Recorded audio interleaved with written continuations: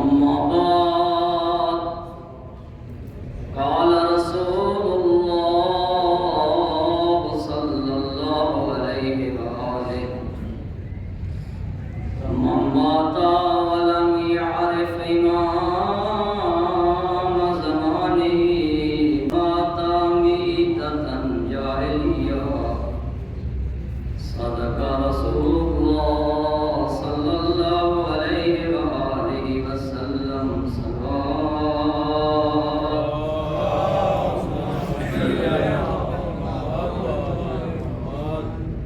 وقت کے اندر قلت اور کمی گنجائش کے سبب میں آپ کی خدمت میں امام زمان محور نظام ہستی قطب عالم امکان مرکز نظام عالم حضرت قائم آل محمد علیہ السلام سے متعلق ان کی معرفت کے متعلق چند ایک عرائض پیش کروں گا۔ امید ہے کہ آپ توجہ بلکہ کامل توجہ کو مبذول فرمائیں گے۔ وقت میں چونکہ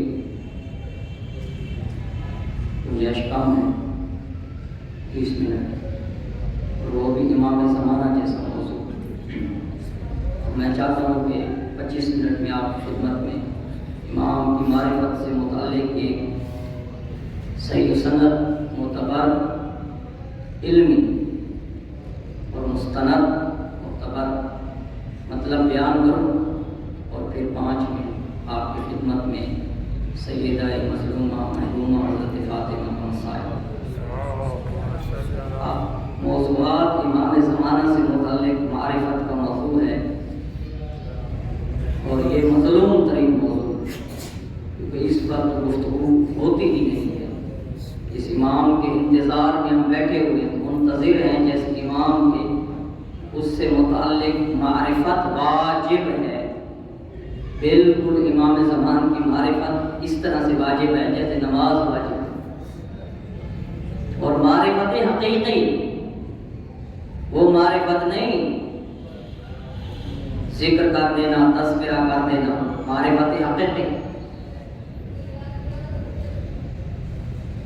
جو میں نے موضوع آپ کے لیے انتخاب کیا ہے اس کو میں کوشش کروں گا 25 منٹ میں بیان کروں، تکمیل تک پہنچاؤں اور آپ کے اذہان کی نظر کروں۔ اہل سنت کی معتبر کتابیں حدیث کی یا وہ کتابیں ان کی جو حضرت مہدی کے بارے میں انہوں نے تحریر کی ہیں۔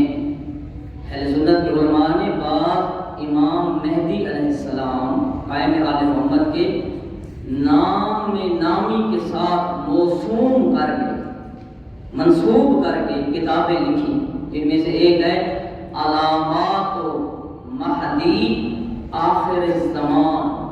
یہ اہل سنت کے عالم نے بہت پہلے کتاب لکھی ہے۔ دوسرے اہل سنت کے علماء نے بڑی بڑی کتابیں لکھی ہیں۔ پھر ان کی حدیث کی جتنی بھی کتابیں ہیں، صحیح بخاری ہے، مسلم ہے، جتنی بھی صحاح ستہ ہیں، ان کے اندر تمام حدیث کی کتابوں میں حضرت مہدی اجل اللہ تعالی فرج شریف سے متعلق پورا حدیثوں کا ایک باب اور چیپٹر موجود ہے۔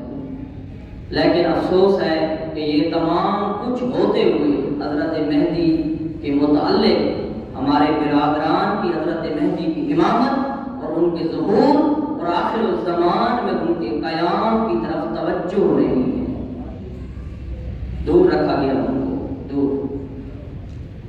ایک حدیث جو میں نے اہل سنت کی کتب میں پڑھی اور حیرت انگیز حدیث ہے، وہ حیرت ناک ہے۔ 2 حدیثیں ایک ہی مطلب کو بیان کرتے ہوئے پڑھیاں۔ یہ جب امام زمانہ کا تذکرہ ہو رہا ہوتا ہے نا اور باہر بیٹھ کے ہم گپے لگا رہے ہوتے ہیں تو یہ امام زمانہ کی نسبت ناقدری اور لاپرواہی ہے، اور اس کے ہم جواب دیں۔ بارے دنیا کی باتیں کرنے کے لیے گپے لگانے کے لیے ہم بیٹھے ہوئے ہیں، لیکن امام زمان جو ہمارے زمانے کا امام ہے اس کی معرفت اور اس کے ذکر انور پر گفتگو ہو رہی ہے اور ہم اس ذکر میں موجود نہ ہوں اور ہم جو ہے باہر اپنی دنیا کی اور اپنے مسائل کی گفتگو کر رہے ہوتے ہیں. یہ لاپرواہی ہے امام زمانہ سے، کوتاہی امام زمانہ کی نسبت. اس کے ہم جواب دیں تمام لوگ، چھوٹے بڑے امیر غریب سب. لہٰذا آپ بابرکت لوگ ہیں جو امام زمانہ کے ذکر اور بیان کے اندر تشریف فرمائیں. صلوات کریں.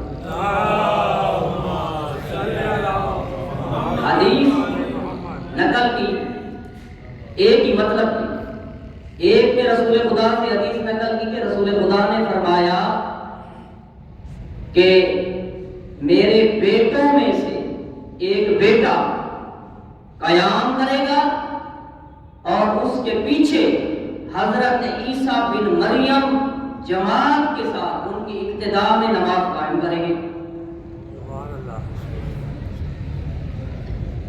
دوسری حدیث اس سے بھی تھوڑی مفصل ہے، زیادہ تھوڑی وضاحت کرتی ہے اس مطلب کی، اسی مطلب کی، جس میں پیغمبر گرامی اسلام حضرت ختمی مرتبہ فرماتے ہیں کہ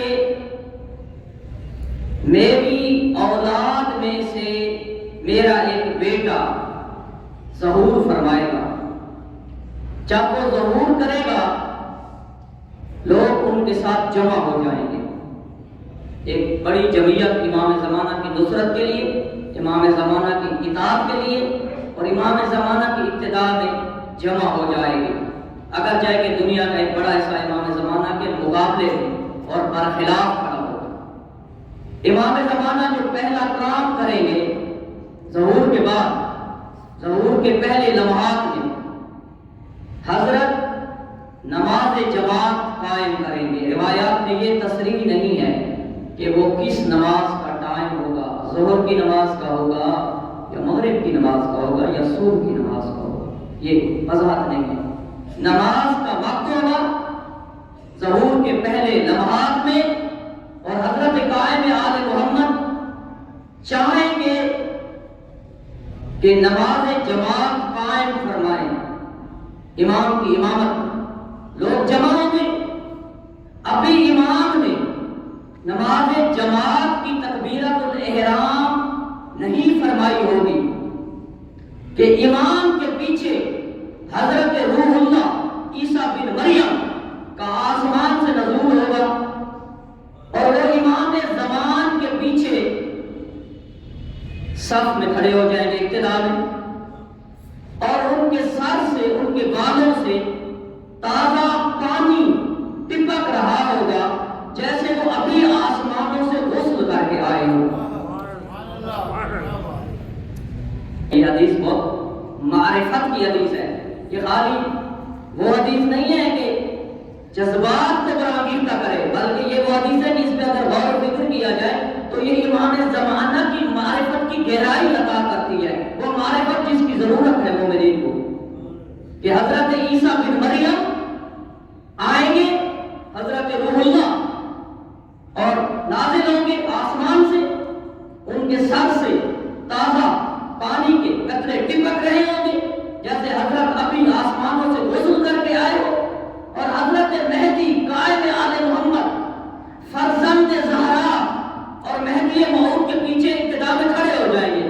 لیکن چونکہ امام نے ابھی تک تکبیرۃ الاحرام نہیں کہی ہوگی، امام پیچھے مڑ کے دیکھیں گے، حضرت عیسیٰ روح اللہ کے شانہ مبارک پر ہاتھ رکھیں گے اور فرمائیں گے کہ اے ابن مریم، اے روح اللہ، آئیے نماز کی قیادت اور امامت فرمائیے. تو حضرت روح اللہ، حضرت عیسیٰ ابن مریم کیا جواب دیں گے؟ روایت کے الفاظ ہے کہ وہ جواب دیں گے کہ اے قائم آل محمد، اے بقیہ اہل بیت، اے بقیہ انبیاء، اے بقیہ اولیاء، اے بقیہ مرسلین، اے بقیہ صالحین، نماز جماعت تو اللہ نے واجب ہی امت پر اور لوگوں پر، آپ لوگوں کے لیے کی ہے، اہل بیت کے لیے اور آپ کے لیے. میں نماز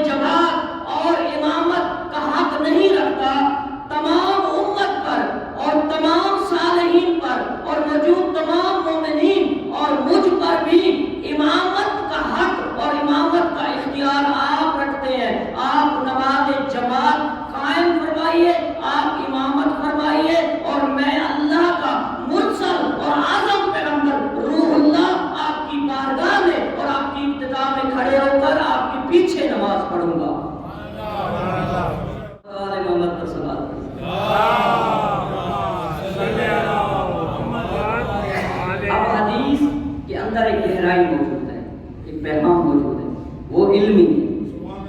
اب میں اگلا جو میرا جتنا بھی وقت ہے میں اسی کی وضاحت کرتا ہوں، لیکن بہت مشکل پیچیدہ گہرا علمی مطلب ہے۔ حدیث تو آپ نے بھی سن لی، میں نے بھی پڑھی، مطلب تو سمجھ میں ایک طرح کا، ایک انداز کا، ایک سطح کا مطلب تو سمجھ میں آ رہا ہے کہ حضرت عیسیٰ بن مریم جو پیغمبر اکرم سے پہلے نبی ہیں اور باقی تمام انبیاء کے آخر میں ہیں حضرت عیسیٰ علیہ السلام، یہ عیسائی ان کو آپ اپنا پیغمبر اور نبی مانتے ہیں، اور دنیا میں سب سے زیادہ اس وقت تعداد عیسائیوں کی ہے، اگرچہ کہ وہ حضرت عیسیٰ کے پیروکار شمار نہیں ہوں گے، کیونکہ حضرت عیسیٰ بھی تو پیغمبر اکرم کی نبوت اور رسالت کے قائل ہیں، اگرچہ کہ ان کے ماننے والے حضرت محمد مصطفیٰ کی نبوت اور رسالت کے قائل نہیں ہوئے تو وہ گمراہ ہیں، لیکن انہی سے منسوب ہے عیسائی۔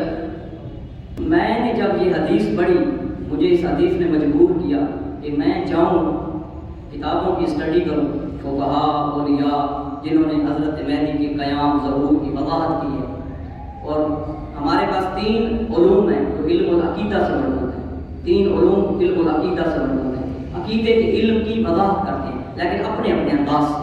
ایک علم کلام ہے، ایک علم فلسفہ ہے، اور ایک ہے علم العرفان۔ عقیدے میں علم اور عرفان کا مقام بہت بلند ہے، پھر عقیدے میں فلسفے کا مقام علم و عرفان کے بعد ہے، لیکن علم الکلام سے پہلے آخری مقام علم العقیدہ میں علم الکلام کا ہے۔ میں نے ان علوم کی طرف رجوع کیا، دیکھوں اس حدیث کی تشریح کیا ہوئی ہے، کیسے تشریح کی ہے۔ علم الکلام سے مجھے کوئی مطمئن کنندہ اچھا جواب نہیں ملا، پھر میں نے فلسفے کا مطالعہ کیا، استادوں سے سوال کیا، پوچھا، فلسفے نے بھی جو اس کی وضاحت کی وہ بھی دل کو پسند نہیں آئی۔ پھر ہم نے علم العرفان، جسے عام پاکستان میں علم تصوف کہتے ہیں، اولیاء الہی کا علم، صاحبان معرفت کا علم، اہل اللہ کا علم، اس میں عجیب وضاحت ہوئی۔ پھر وہاں جا کے مطلب میں نے پڑھا، جیسے میرے دل کی وہ جو حدیث کی گرہ تھی نا، اور اس کے اندر جو چھپے ہوئے معرفت کے موتی تھے، وہ میرے لیے واضح ہوئے۔ وہ کیا؟ یہ بہت سید اور سب اور علم عرفان تصوف میں ایک بحث ہے۔ تصوف اور عرفان جتنا ہے نا، یہ ولایت کی تشریح کرتا ہے کہ ولایت کی حقیقت کیا ہے۔ ولایت انما ولی اللہ، کہ ولایت کی حقیقت کیا ہے۔ وہاں انہوں نے قرآن و سنت سے استدلال کیا کہ یہ جو ولایت کا سلسلہ ہے نا، حضرت آدم سے لے کر حضرت خاتم صلی اللہ علیہ وآلہ وسلم، ولایت کی 2 قسمیں، اہل سنت برادران کی تشریح فرمائیں، ان کے لیے یہ بحث اور ضروری ہے، ٹھیک ہے۔ یہ میں اہل سنت کی کتب سے اس کا حوالہ بھی، یہ اہل تشیع کی کتب میں بھی اس کا حوالہ موجود ہے اور اہل تسنن کی کتب میں بھی حوالہ موجود ہے۔ ولایت کی 2 قسمیں، اگر میرے پاس وقت ہوتا تو میں اس کو بہت اچھے خطیبانہ انداز میں بیان کرتا، ابھی مجھے جلدی ہے مطلب کو پورا کرنا ہے۔ ولایت کی 2 قسمیں، ایک ہے ولایت عامہ، ایک ہے ولایت خاصہ۔ ولایت خاصہ کو ولایت محمدیہ بھی کہا گیا۔ یہ مطلب حدیثوں سے ثابت ہے اہل سنت کے ہاں اور اہل تشیع کے ہاں کہ خود اللہ پاک نے، پروردگار عالم نے جب اپنی ذات کو متعارف کرانا چاہا کہ میری ذات کی پہچان ہو، کن تو کنزا مخفیہ فاحببت ان اعرف، میں چھپا ہوا خزانہ تھا، پھر میں نے چاہا کہ میں پہچانا جاؤں، میری ذات کا تعارف ہو۔ فرمایا نا، حدیث ہے نا، حدیث قدسی ہے۔ پھر اللہ فرماتا ہے کہ فخلقت الخلق، پھر میں نے مخلوقات کو خلق کیا، لکائے اعرف، تاکہ میں پہچانا جاؤں، یعنی مخلوقات خلق ہوئی ہیں خدا کے تعارف کے لیے۔ بھائی مخلوقات کی ساری حقیقت، ان کا سارا ان کی سارا کمال، ان کی ساری ریئلٹی مخلوقات کی یہ ہے تاکہ یہ اپنے خالق کا ایڈریس اور پتہ دے سکے۔ وگرنہ مخلوقات کو خلق کرنے کا کوئی اور مقصد ہی نہیں ہے. مخلوقات کیوں خلق ہوئی ہیں؟ تاکہ اللہ متعارف ہو، اللہ متعارف ہو، اللہ پہچانا جائے. اللہ نے دیکھا میں کیسے پہچانا جاؤں، مخلوقات کو خلق کروں تاکہ وہ میری ذات اور میری ذات کے کمالات کو، ان کی معرفت حاصل کرنے کے لیے کوشش کریں، سعی کریں اور عبادت کریں اور اللہ کی اطاعت کریں تاکہ خدا پہچانا جائے. یہ ہے مقصد خلقت کائنات، مقصد خلقت محور نظام ہستی و مقصد خلقت انسان. کیا؟ معرفت پروردگار. انبیاء کیوں آئے؟ تاکہ معرفت پروردگار کو حاصل بھی کریں اور معرفت پروردگار لوگوں تک پہنچائیں. ائمہ انبیاء کی بات ائمہ کیوں آئے؟ اولیاء کیوں آئے؟ وارثان ولایت محمدی کیوں آئے؟ تاکہ خدا پہچانا جائے. اللہ نے جب مخلوقات کو خلق کیا، پھر جب آپ دوسری روایات اٹھاتے ہیں تو پیغمبر گرامی اسلام فرماتے ہیں اول ما خلق اللہ نوری. اللہ فرما رہا ہے میں نے مخلوقات کو خلق کیا. پھر پیغمبر بتاتے رہے کہ اللہ نے مخلوقات کو خلق کیا، لیکن اللہ نے جس ذات کو، جس نور کو سب سے پہلے خلق کیا وہ نور محمد صلی اللہ علیہ وآلہ وسلم.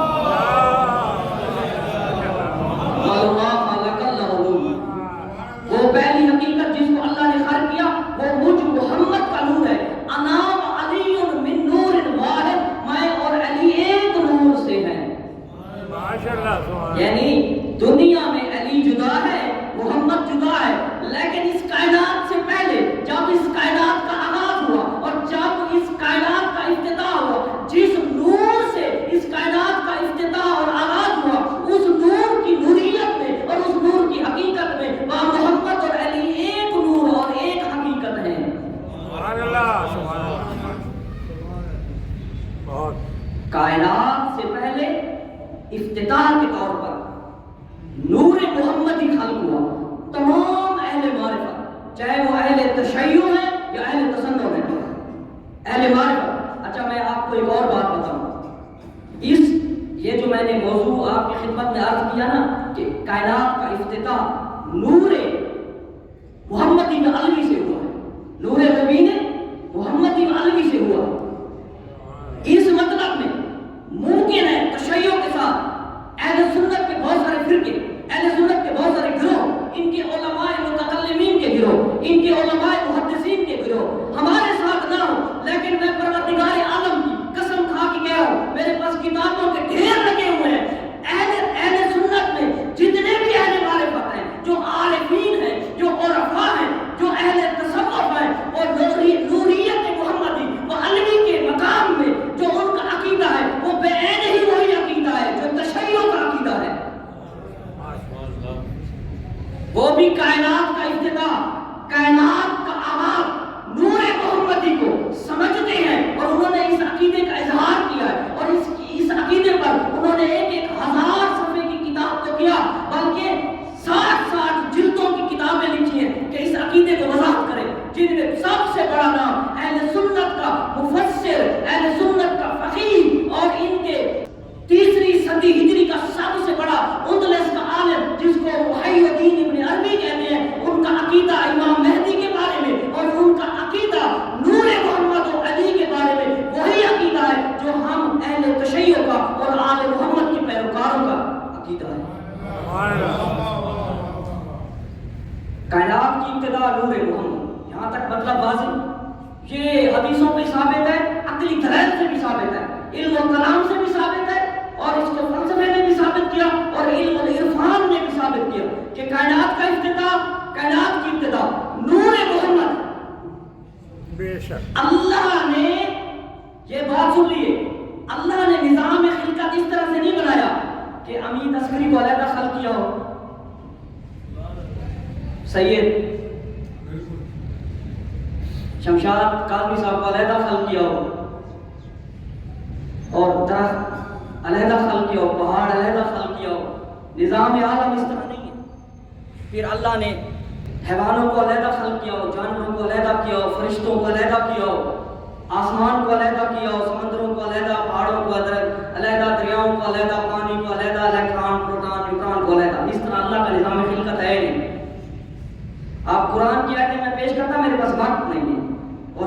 پیش کرتا وقت نہیں، اس لیے مطلب اصل بیان کر رہا ہوں۔ اللہ نے ایک حقیقت کو حل کیا، وہ حقیقت نوری محمدی علوی ہے۔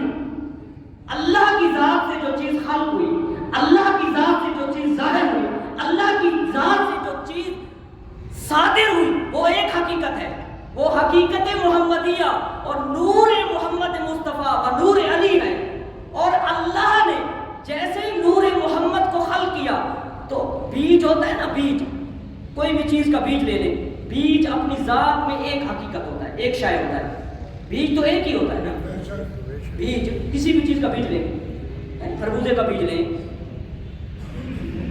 تربوز کا بیج لے لیں، سیب کا بیج لیں، بیج تو ایک ہی ہوتا ہے نا، ایک بیج ہے دانا، یہ ایک ہی حقیقت ہے نا، کوئی دو چیزیں، چار چیزیں، 10 چیزیں، ایک ہی ہے نا، بیج ایک ہی حقیقت ہے۔ لیکن جب اسی بیج کو آپ زمین میں بوتے ہیں، یہ زمین جب یہ بیج کے ساتھ زمین، پانی، روشنی، ساری چیزیں ٹچ ہوتی ہیں، اٹیچ ہوتی ہیں، اور یہ ساری چیزیں اس کی معاون اور اس کی مددگار بیج کی بنتی ہیں، تو بیج پنپتا ہے۔ وہ بیج پہلے پنپتا ہے کوپل کی شکل میں۔ یہ بڑا فلسفی اور عرفانی مطلب ہے، یہ پوری کائنات کے ذریعے میکینزم کائنات کا سمجھانے کے لیے مثال دے رہا ہوں۔ پوری کائنات کا سارا جو تخلیق کا میکینزم ہے نا، وہ بیج کی مانند ہے۔ بیج اپنی ذات میں ایک، آپ نے اس کو زمین میں ڈالا، پانی لگایا، روشنی ملی، ساری چیزیں، اب بیج نے پھوٹنا شروع کیا۔ جب بیج پھوٹا تو اسے کوپل پھوٹی، وہ کوپل تنا بنا، تنے سے آگے شاخیں بنی، شاخیں بنی، ایک پورا درخت بن گیا۔ بیج ایک تھا، اب چیزیں گنیں، جڑیں، تنا، سینکڑوں شاخیں، سینکڑوں شاخوں پر ہزاروں پتے، اور پھر ان پر پھول بھی لگتے ہیں ہزاروں کی شکل میں، اور پھل بھی لگتے ہیں۔ بیج ایک تھا۔ جب بیج کی تشریح ہوئی، جب بیج کے اندر کی صلاحیت اور کمالات نے اظہار کیا، اب ایک بیج نہیں رہا، اب تنا ہے، اب جڑیں ہیں، اب شاخیں ہیں، اب پتے ہیں، اب پھول ہیں، اور اس کے اوپر ہر سال ہزاروں پھل لگتے ہیں۔ سبحان اللہ، سبحان اللہ۔ یہ میکینزم ہے تخلیق کا، سارے نظام ہستی کی تخلیق کا میکینزم یہی ہے۔ یہ نہیں ہے کہ خالی بیج میں یہی میکینزم ہے۔ اب میرے پاس مثال ہے، وقت نہیں ہے نا جتنی مثالیں دوں، آپ آگے غور و فکر کرتے جائیں۔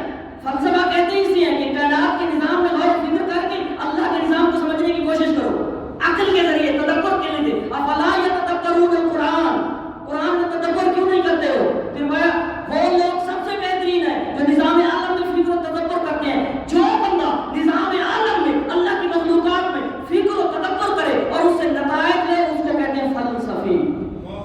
ہمارے معاشرے میں فلسفی کو گالیاں دیتے ہیں، وہ کہتے ہیں کافر ہوتا ہے، مشرک ہوتا ہے، وہ بہترین انسان اور مومن ہوتا ہے۔ یہ ہمیں سمجھاتا ہے وہ۔ اب آپ نے سمجھ لیا کہ ایک بیج جو ایک حقیقت ہے، ایک چیز ہے، آپ کو کتنی چیزیں بن گئے، پتے، شاخیں، پھل، پھول، ہزاروں میں۔ اللہ تعالیٰ نے حضرت محمد مصطفیٰ اور علی کے نور کو خلق کر کے کائنات کا بیج خلق کر دیا۔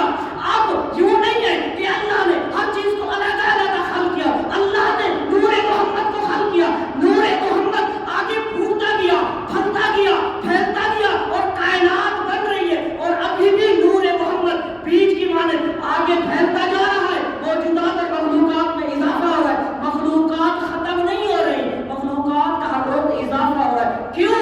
کیونکہ پیچھے جو بیج ہے، جو تخم ہے، پیچھے جو حقیقت ہے، وہ اپنے اندر اتنے کمالات رکھتی ہے، کیونکہ وہ نور پروردگار ہے، وہ آگے پھلتا جا رہا ہے، پھیلتا جا رہا ہے، وہ ختم ہونے کا نام نہیں لیتا کہ مخلوقات اور نظام عالم ختم ہو۔ اسی لیے عرفاء نے اور اہل امام خمینی نے یہ بات لکھی ہے کہ اللہ نے نور محمدی کو خلق کر کے پوری کائنات کو خلق کر دیا ہے۔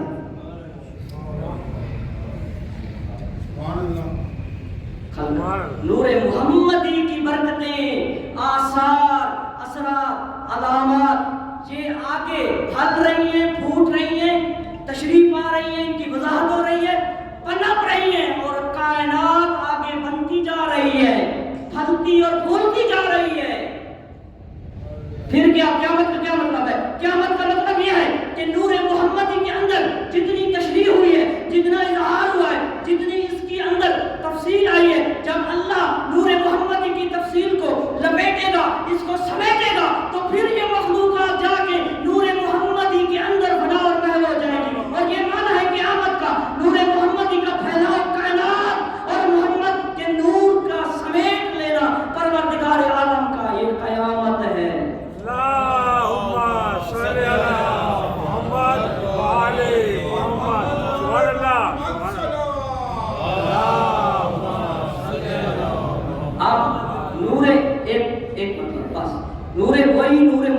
جب اظہار کیا آدم کی شکل میں، آدم بھی حضرت محمد کے نور کا بشر میں اظہار ہے، لیکن آدم میں اتنی ظرفیت نہیں تھی کہ نور، کامل نور حضرت آدم کی ذات میں ظاہر ہو سکے، کیونکہ نور محمد یہ لامحدود مطلق حقیقت ہے، اس پہ کوئی باؤنڈری حد ہے ہی نہیں۔ حضرت آدم کی اتنی کیپیسٹی اور ظرفیت نہیں تھی کہ وہ حضرت محمد کے نور کا مکمل مظہر بن سکتا۔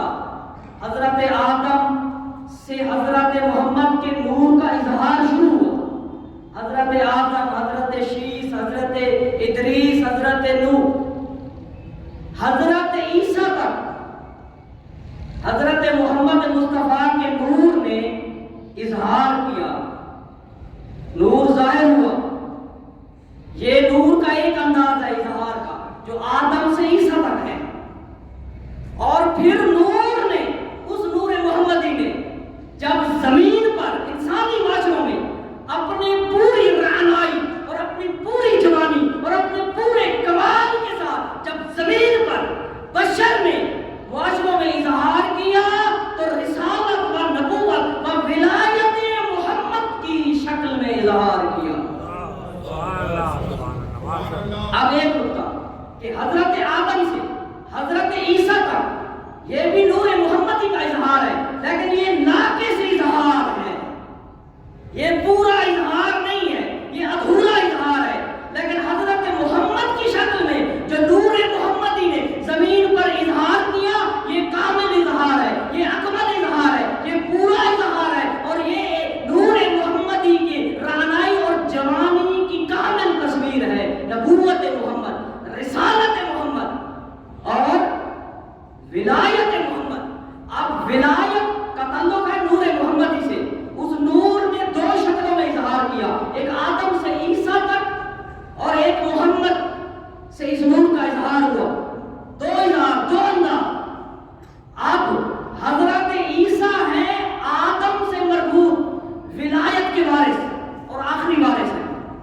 حضرت محمد کی تو ولایت ہی جدا ہے اور وہ کامل ولایت ہے، وہ نور محمدی کا کامل اظہار ہے، محمد مصطفیٰ۔ تو حضرت آدم سے جو ولایت اور نور کا اظہار ہوا، اس کا آخری فرد، اس کا خاتم، اس کو مکمل کرنے والا حضرت عیسیٰ علیہ السلام ہے، اور جو جس نور کے جس انداز اور جس کمال کا اظہار حضرت محمد کی رسالت، نبوت اور ولایت کی شکل میں ہوا، اس نور کا پہلا وارث علی ابن ابی طالب ہے، اور اس ولایت کا آخری وارث حضرت مہدی قائم آل محمد ہے۔ اسی لیے حضرت عیسیٰ کو کہا گیا کہ یہ ولایت عامہ کا خاتم ہے اور آخری وارث ہے، لیکن جو ولایت خاصہ ہے، محمدیہ ہے، جو کامل نور کا اظہار ہے، اور جو ولایت کاملہ ہے، وہ علی سے شروع ہوتی ہے، اور اس کا آخری خاتم اور اس کا آخری وارث وہ قائم آل محمد حضرت مہدی موعود آخر الزمان ہے۔ اسی لیے حضرت عیسیٰ آ کر حضرت مہدی کی ابتدا میں پیچھے ان کے مقتدی بن کے نماز پڑھیں گے۔ کیوں؟ اس لیے کہ مہدی ہے ولایت محمدیہ کا آخری وارث، اور عیسیٰ ہے ولایت آدم کا آخری وارث، اور حضرت مہدی کے پیچھے حضرت عیسیٰ کی نماز پڑھنے کا مطلب یہ ہوتا ہے کہ جب حضرت مہدی علیہ السلام نماز پڑھیں گے اور حضرت عیسیٰ ان کے پیچھے نماز پڑھیں گے، ان کے مقتدی اور ماموم بنیں گے، تو حضرت عیسیٰ خالی نہیں بلکہ عیسیٰ نے سے لے کر حضرت آدم تک جتنے انبیاء ہیں، جتنے مرسلین ہیں اور جتنے اولی العزم نبی ہیں، وہ حضرت مہدی کے پیچھے نماز پڑھتے ہوئے نظر آئیں گے۔ محمد صلی